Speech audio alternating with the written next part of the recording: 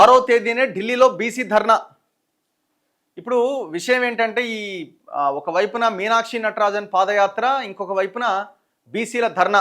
ఇప్పుడు 5, 6, 7 తేదీల్లో పెద్ద ఎత్తున ఇక్కడ నుంచి మంత్రులు, ముఖ్యమంత్రి, ఎమ్మెల్యేలు మొత్తం కాంగ్రెస్ అంతా ఢిల్లీకి పోయి 3 రోజులు అక్కడ పెద్ద ఎత్తున బీజేపీ మీద యుద్ధం చేయాలనేది ఒక ప్లాన్ చేస్తున్నారు.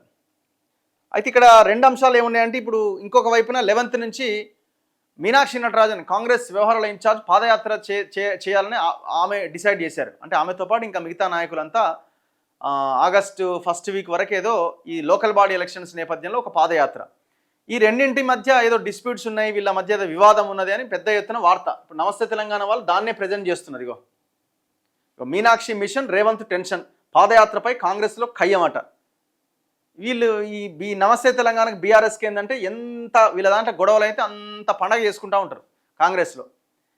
ఒకవేళ లేకపోయినా కూడా ఉన్నట్టుగా చెప్పే ప్రయత్నం చేస్తారు. కానీ కాంగ్రెస్లో లేవు అని అనుకోవడానికి ఏమన్నా ఉంటుందా? ఉండదు కదా.